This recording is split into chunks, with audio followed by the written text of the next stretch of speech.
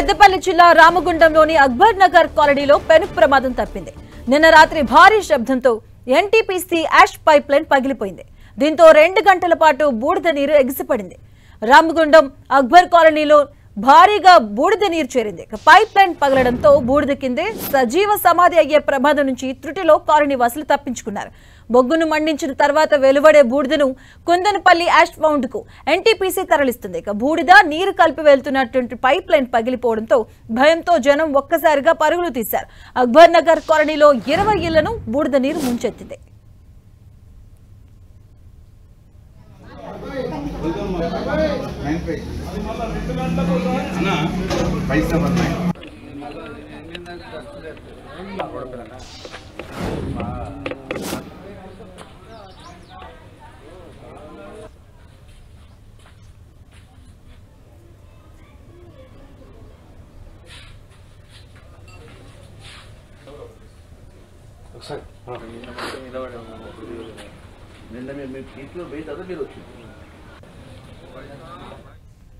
ఇదే అంశానికి సంబంధించిన పూర్తి అప్డేట్స్ మా కరెస్పాండెంట్ సతీష్ అందిస్తారు. సతీష్,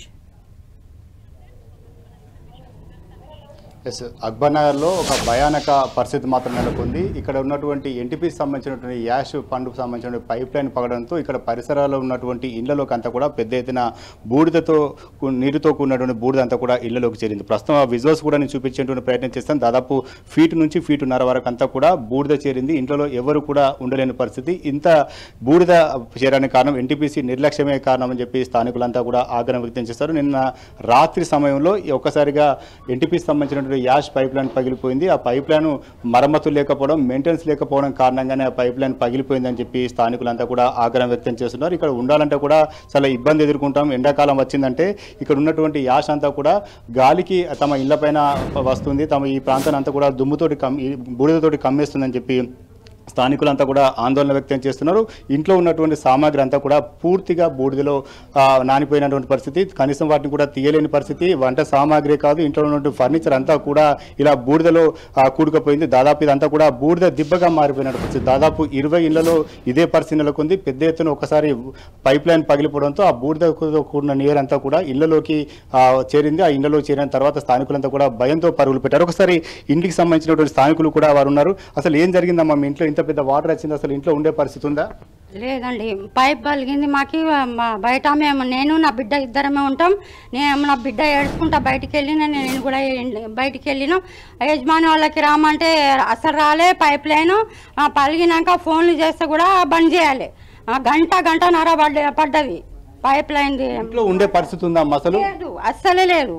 మొత్తం బూడిది, మొత్తం సామాను బియ్యం మొత్తం ఏది మాకు అక్క రాకుండా అయిపోయింది. అంటే ఒకవేళ రాత్రి వస్తే పరిస్థితి ఏ రకంగా ఉండేదమ్మా? చనిపోతాముండే ఇద్దరం తల్లి బిడ్డలు, ఇంకేమున్నది. ఈ ఒకసారి మాజీ ఎమ్మెల్యే కోరికంటి చందర్ కూడా నాకు అందుబాటులో ఉన్నారు. మీరు మాజీ ఎమ్మెల్యే ఉన్నారు, గతంలో కూడా ఎన్టీపీసీ ఈ సమస్య, ఈ బాధితులంతా కూడా ఇటువంటి సమస్య ఎదుర్కొన్నారు.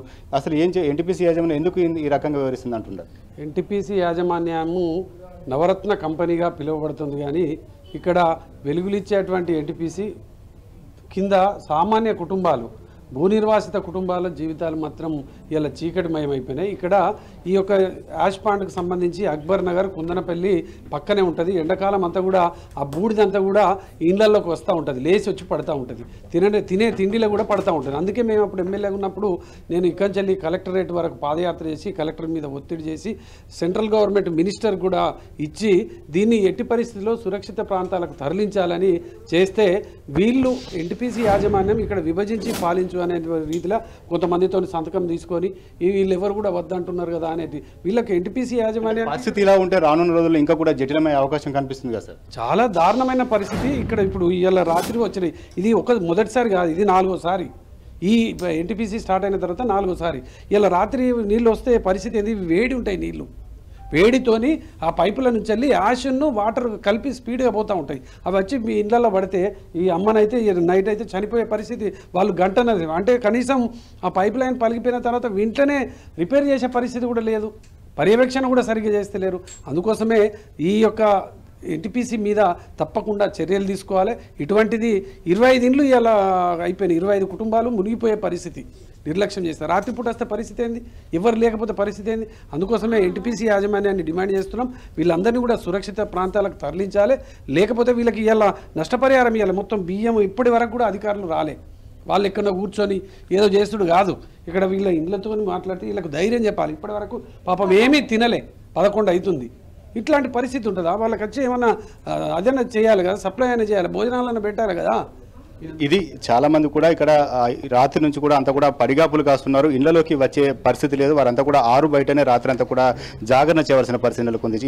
ఇక్కడ అక్బర్ నగర్ సంబంధించిన వారంతా కూడా యాష్ పండుకు చాలా దగ్గరలో ఉంటారు. యాష్ పండు కూడా దాదాపు కొంత దూరంలో ఉంటుంది. ఇక్కడ ఉన్నటువంటి ఎన్టీపీకి సంబంధించినటువంటి అధికారులు అయితే ప్రస్తుతం ఇక్కడికి రావడం జరిగింది. వారితో స్థానికంగా ఉన్నటువంటి వాసులంతా కూడా చర్చిస్తున్నారు. తమను ఖచ్చితంగా ఇతర ప్రాంతాలకు తరలించి సురక్షిత ప్రాంతాలకు తరలించాలని చెప్పి వారంతా కూడా డిమాండ్ వినిపిస్తున్నారు. ఎన్టీపీసీ సంబంధించినటువంటి బొగ్గును ఏదైతే మండిస్తారో మండించిన తర్వాత పెద్ద ఎత్తున బూడిద ఉత్పత్తి కావడం జరుగుతుంది. ఆ బూడిదనంతా కూడా కుందనపల్లి సమీపంలో ఉన్నటువంటి యాష్ ఫండ్కు తరలిస్తారు. యాష్ ఫండ్ తరలించేటువంటి పైపుల ద్వారా తరలించేటువంటి యాష్ ఏదైతుందో యాష్ పైప్ లైన్ పగిలిపోవడంతో ఈ ప్రమాదం చోటు చేసుకుంది. చాలామంది కూడా 7 గంటల ప్రాంతంలో పైప్ లైన్ పగిలిపోవడంతో వారంతా కూడా కొంత ప్రాణాలు రక్షించుకొని బయటకు వచ్చారు. లేదంటే అందులోనే వీరంతా కూరుకుపోయే అవకాశం ఉండేది. వీరంతా కూడా ఒకసారి విజువల్స్ చూడవచ్చు. ఏ రకంగా దాదాపు 3 ఫీట్ల మేర అంతా కూడా బూడిద పేరుకపోయింది. ఇటువంటి పరిస్థితుల్లో వీరంతా కూడా ఎంత భయాందోళనకు గురై ఉంటారో ఒక్కసారి ఊహించుకోవచ్చు. ఇక్కడ ఉండే వంట సామాగ్రి కావచ్చు, నీళ్లు కనీసం నీళ్లు కూడా తాగలేని పరిస్థితి. వంటను ఇంట్లో ఉన్నటువంటి ఫర్నిచర్ కావచ్చు, ఇతరత్ర సామాగ్రి కూడా